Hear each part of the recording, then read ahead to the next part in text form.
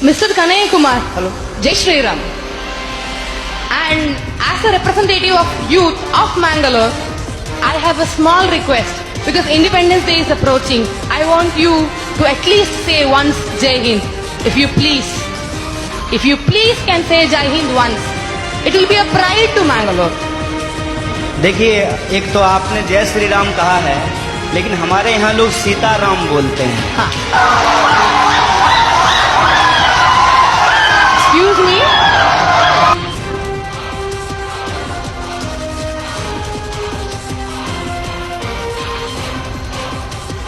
And I say, बोलो भारत माता की जय हिंद.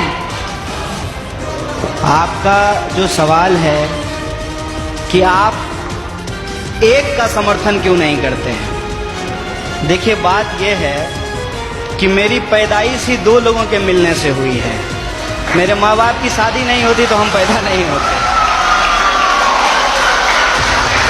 मेरे माँ और बाप दो लोगों की शादी हुई और ऑब्वियसली शादी होने के बाद जो वो किए होंगे उसके चलते हम पैदा हुए हैं।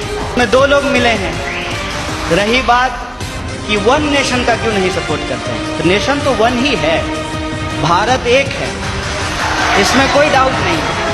लेकिन इस एक भारत को रिप्रेजेंट करने वाला जो एक संविधान है उसमें 300 से ज्यादा आर्टिकल हैं, मोर देन 300 आर्टिकल्स हैं उस एक कॉन्स्टिट्यूशन में। और जो आप कह रहे हैं कि वन नेशन, उस वन नेशन को रिप्रेजेंट करने के लिए जो एक पार्लियामेंट है उसमें भी दो सदन हैं, लोकसभा और राज्यसभा, और उसमें से जो चुन करके लोग जाते हैं उसमें भी कोई एक लोग नहीं जाते हैं, उसमें 545 मेंबर्स जाकर के पहुंचते हैं। तो हमारा जो वननेस है वो वननेस एक्चुअली डाइवर्सिटी को रिप्रेजेंट करता है, उसमें डाइवर्सिटी है।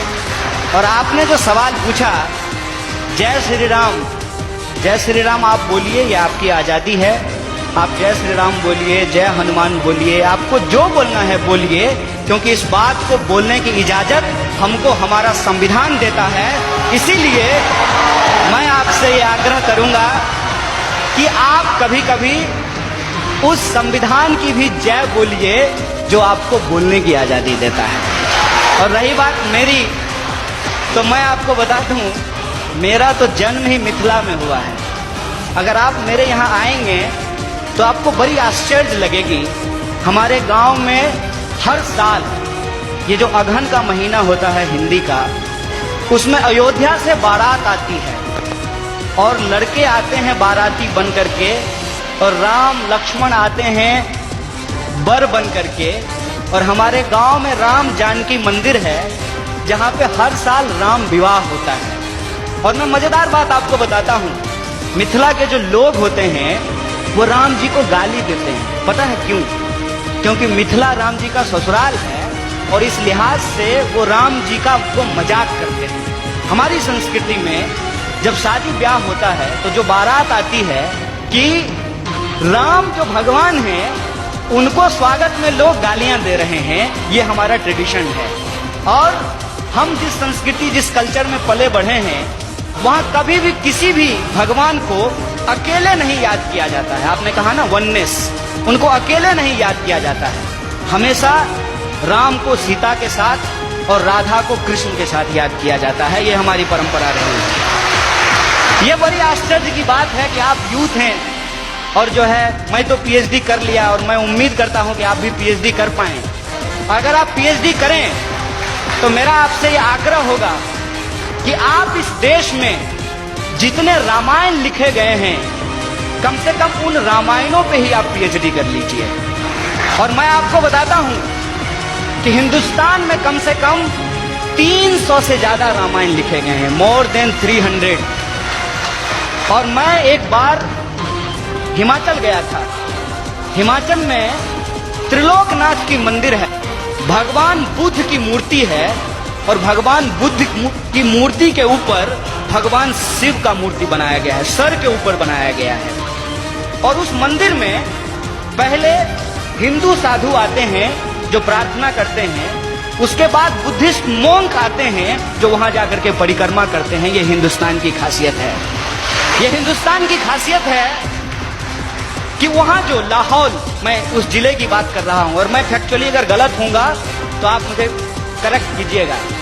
लाहौल जिले में जहां ये मंदिर है वहां की जो भाषा है लाहौली, वहां का जो रामायण है जो लाहौली भाषा में लिखी गई है, उस रामायण में सीता का अपहरण रावण नहीं करते हैं, बल्कि रावण सीता के पिताजी, उस रामायण के हिसाब से।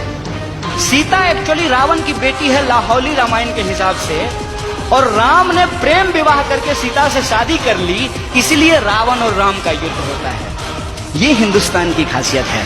देखिए, आई डोंट नो कि आपको किसने और क्यों दिमाग में इन चीजों को डाला है, लेकिन मैं आपको कहता हूं कि इस देश में जो लोग पैदा हुए हैं उनके लिए इससे ज्यादा गौरव की बात नहीं हो सकती है। अगर आप हिमाचल जाएंगे तो आपको महसूस होगा कि आप स्विट्जरलैंड में हैं, और अगर आप मैंगलोर और गोवा के बीच पे सोएंगे तो आपको लगेगा जैसे मियामी के बीच पे लेटे हुए हैं।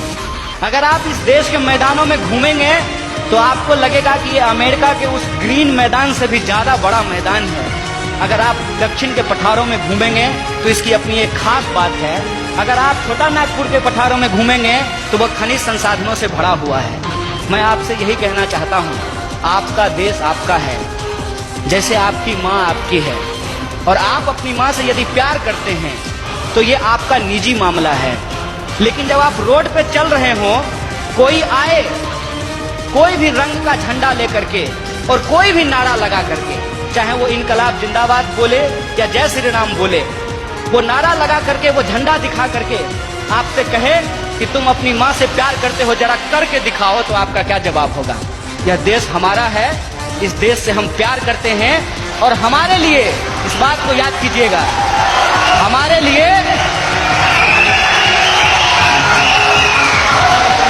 लिए प्यार नुमाइश की चीज नहीं है। हम प्रेम करते हैं और अपने दिलों में लेकर के घूमते हैं। बहुत बहुत शुक्रिया, बहुत बहुत धन्यवाद।